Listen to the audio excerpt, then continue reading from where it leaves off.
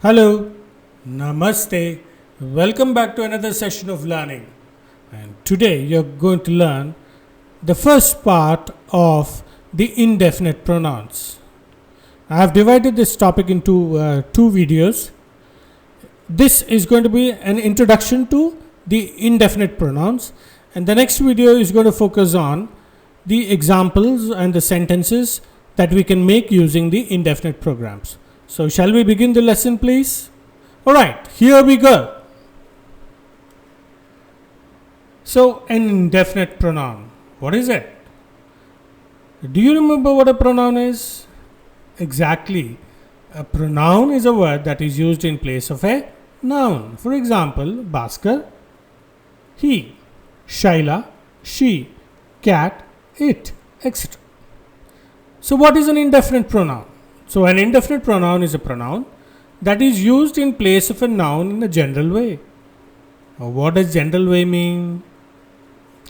An indefinite pronoun does not refer to a particular noun, it is unclear or indefinite. Say, for example, anyone can come with me. Is anyone listening to me? Is somebody watching this video? Now, who is this somebody? Who is this anyone? Is it clear? Is it definite? No, not definitely. Right? So, that is what is an indefinite pronoun.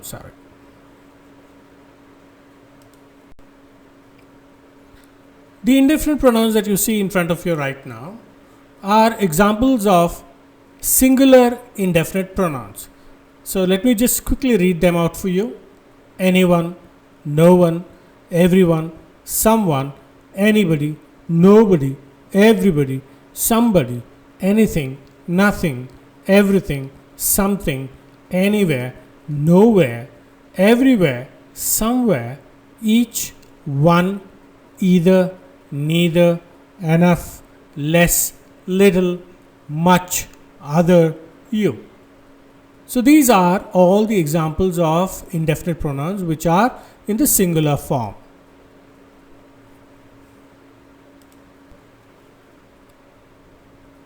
A few of the indefinite pronouns are only plural forms. That means, as a subject or an object, they stand as a plural subject or a plural object. So, what are they?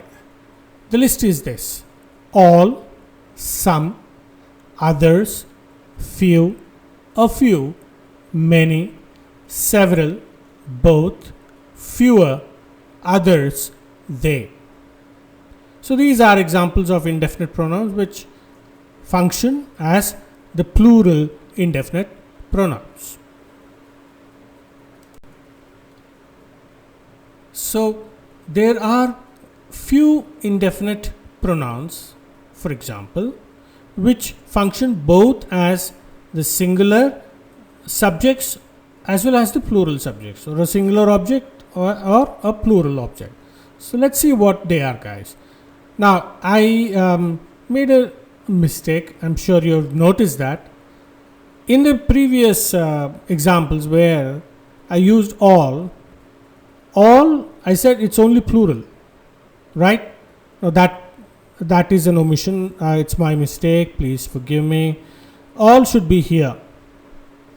All has this unique function of sometimes working as singular, sometimes as plural. Now, for example, if I say all of the wealth is in the bank, all.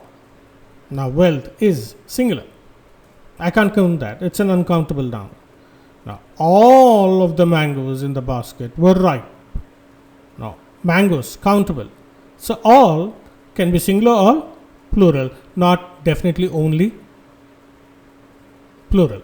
Right? Likewise, any, more, most, none, some. These are few indefinite pronouns which function both singular and plural depending on the noun that they represent, a countable noun or an uncountable noun. Right, guys? Clear? We'll look at a few more examples now.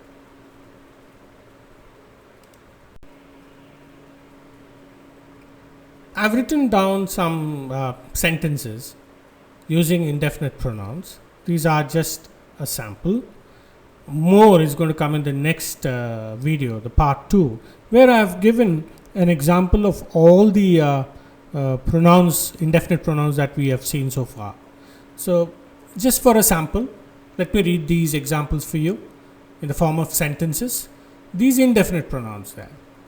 Is anybody interested in watching a movie? Enough was served on my plate.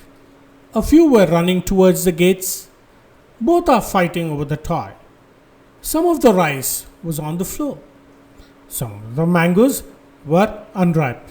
I'm using a lot of mangoes as example because this is the season for mangoes.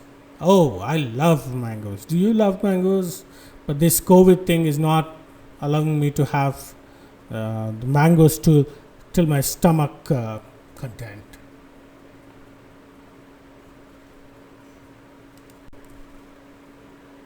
A quick recap, please. An indefinite pronoun is a pronoun used to replace a noun that is unclear or indefinite. Is that clear? Either the gender or number is not specific many times. An indefinite pronoun can be singular, plural. A few indefinite pronouns can be used both as singulars and plurals. An indefinite pronoun influences the verb, the singular or the plural form, and this is where many people make the subject verb agreement, the concord. I'll come up with that lesson too very, very soon. I hope this session on indefinite pronoun gave you some idea about what an indefinite pronoun is and how we need to use them. So then my next video, in that I'm going to come up with a lot of examples only of how all those indefinite pronouns can be used in the singular form, in the plural form, both in the singular as well as in the plural forms. Wait for that. Thank you so much for your patience.